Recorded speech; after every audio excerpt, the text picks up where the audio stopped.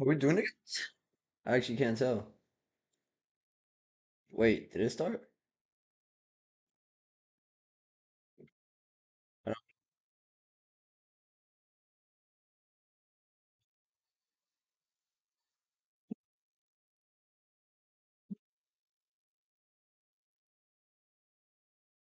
need to see if my stream is up. Is it up? I can't tell. Is it up? Is it up? Is it up? Is it up? Is it up? Channel. It is indeed up. Is it up? Is it up? Is it up? Is it up? Channel. It is indeed up. Channel. It is indeed up. I.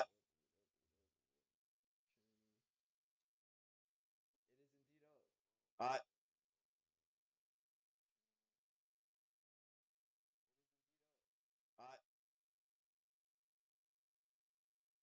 I just need to see. I just need to see. I just need to see. All right, let me get out of here. Let's react to some Fortnite before we get into Fortnite, dude.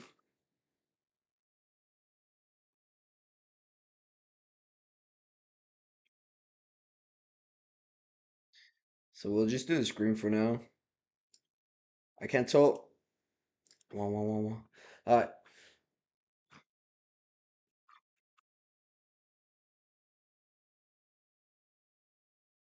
I gotta see something real quick.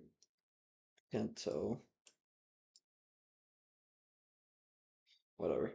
How much money does Homer have?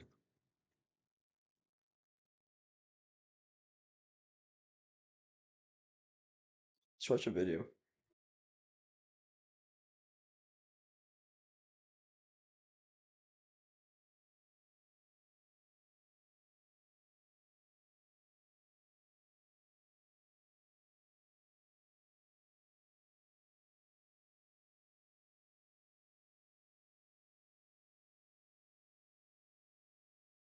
On November 3rd, 2023, Fortnite released one of its greatest and most played seasons ever, Fortnite Season OG. This brought back a ton of old streamers, original items, remixed cosmetics, and most importantly, the OG map. The hype before the release of Season OG was utterly insane. Millions, and I mean tens of millions of people were waiting on a map that defined their childhood, and also a map they hadn't played in over 5 years. Fortnite had 6.2 million concurrent players on launch day of Season OG, with a single peak of 44.7 million players and over 102 million hours played. It was safe to say that even if they only on November 3rd, 2023, Fortnite released one of its greatest and most played seasons ever, Fortnite Season OG. This brought back a ton of old streamers, original map. The hype before so current players on launch day of Season OG, with a single peak of 44.7 million players and over 102 million hours played. It was safe to say that even if they only launched the season for a day, it would have been successful regardless. Today, we'll be diving deep into exactly why this mini season was so successful, and also take a step back and see, was it truly the OG map that made this season so perfect? Or was it something a lot more simple that may just cross your mind on a first glance? 2.5 million people playing regular Battle Royale. This is the most people I've ever seen on Fortnite. Just on Battle Royale. 3.1 million now. The map. What? We're back. We're back. All the crazy shit I We did. back. We back. Oh my god, look at all these primes, dude. Oh my God. What is going on? Dude, look at it. Be the best therapy for me. So, how did we even get to Season OG in the first place? Fortnite strategically planned their story out to have a smooth and eventful transition to Season OG. It wasn't just random, and it fit with the storyline. Agent Jones, which is this guy right here, used his time machine to travel in the past of an alternative timeline of Reality Zero at the beginning of Season 5 for an extraction mission. However, this past seems to have already been altered by Thorn's time travels, as there are very notable differences and inconsistencies, and also signs of time travels. Certain iconic characters don't exist, and their roles are filled by other characters. hence why we had remix skins. This was an ingenious marketing tactic by Epic Games to help give Fortnite Battle Royale the boost it needed, since the game was on a slow and steady decline. And wow, did they do it well. The season was only a month long, and this was a test for Fortnite's introduction of mini seasons every single year. We were so used to the 1 year long chapters with one specific map. However, having a throwback for the game for just a short period of time obviously brings a ton of people back to the game and increases interest for the upcoming chapter, which I'm really shocked. Epic Games actually retained a lot of players during Chapter 5. However, there was a huge dip in Fortnite Chapter 6, and this could be due to a numerous amount of reasons. But no other game that I can think of has done this before, and this led to other games such as Call of Duty doing this as well. Every single week within Season OG, the map was updated accordingly to a new season. First was Season 5, which was one of the most played Fortnite seasons in Chapter 1, and this is one of the reasons why I think the player count was just so high off rip. Then was Season 6, where we were reintroduced to the floating island. After that was Season 7, where we saw planes return, which was pretty insane for a little while. And last was Season X, which concluded Fortnite Season OG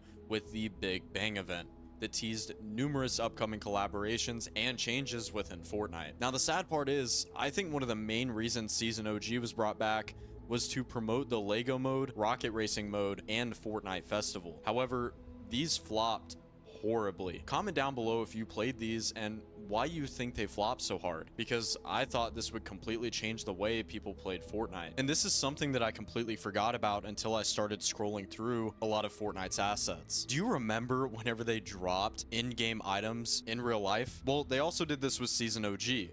They didn't just put it in a random desert like they did in Season 5, but they dropped it at streamers' houses, which was completely insane. This hyped up the community so much more for Fortnite Season OG, and I think the build-up that they did for this season was one of the best that they've done out of any single season ever. There were also little collectibles sent to streamers that they could show on stream, puzzles that you had to figure out and put together the key art, and overall, it was just a fun beginning to the season even before the season started. And I think the best part about it is that it felt special. I think that's the biggest thing that Fortnite was lacking for such a long time, and it wasn't the collaborations, but it felt like every new season past Chapter 3, Season 4 just felt not repetitive, but it just got boring. The seasons weren't bad, but at some point, marketing and build-up for game modes has to change. And the one thing that changed that was pretty controversial, but it brought a lot of their older audience back, is the Eminem concert. Players were looking forward to this for such a long time, and me personally, I loved it. And there were people that were playing Fortnite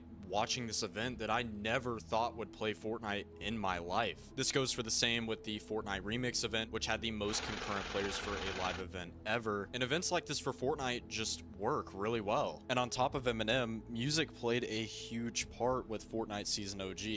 You may not think much at first, but the amount of songs from 2018 that came back for November of 2023 that we haven't heard in years, and people were popping out playlists left and right, it was insane. Just to name a few artists: Lil Skies, Famous Dex, Cardi, and most notably, Drake. It's like for this entire month, we were flipped back into 2018. It didn't just affect your gaming experience with Fortnite, but it also affected how you went on your day-to-day life for the rest of the month. You treated it like it was 2018. I don't know, I might just be crazy, but that's all I would listen to was 2018 music. Also, social media-wise, it's crazy to have a month where it legitimately felt like you went back in time. I don't know how to explain it, but if you were there, you totally understand just how crazy social media was during the Fortnite OG season. And what's funny is that most of the complaints from people was out of Fortnite's control. The main thing that people wanted back was all of the influencers and streamers like Daquan, Fearless, and so many more, but obviously that's out of Fortnite's control. Yes, they could have reached out to them, paid them a huge sum of money, and they might have done that. However, they have their own reasons for leaving content. But overall, Fortnite did perfect this OG season. There were some things like the weapon models and maybe some minor things that should have been changed, just like the main OG mode that we have today. However, with it being so short, more people were worried about time than anything. Time was the biggest factor within this OG season, and it really goes to show that not everything should last forever. But let's get back to the main question. Was Fortnite OG in 2023 actually the perfection of Fortnite? Could it have been the actual gameplay itself? Could it have been the map, the guns, the music that was brought back, the insane live event that we were getting at the end? Or was it all just community. What if the OG map had nothing to do with Fortnite Season OG being as perfect as it was? What if it was just the community all coming together and being happy once again with a game that they all love? The reason why I say this is because the only other time that we've really had such a big boom like this in Fortnite's history was chapter 1 and also the beginning of chapter 2. And the reason why chapter 2 was so good was because no one had anything else to do. You were either sleeping or playing Fortnite because of coronavirus. But I'll leave it up to you. Why do you think Fortnite OG 2023 was so perfect? I think I gave my best explanation, and I'll end you off with this quote. What's the point of experiencing something so perfect if you're the only person you can share it with? Anyways, guys, if you enjoyed the video and would like to see more like this, make sure to click the See, bro. When Fortnite felt like, yo, I don't think it felt perfect. Now they brought the Simpsons back and do this low key. They're bringing the player count up again, like a lot. Like I seen last time it was 600 and something million people, or 600 and something 100,000 people playing just Battle Royale. Wait, 600 and something thousand, yeah. I don't know. Hey, but hey.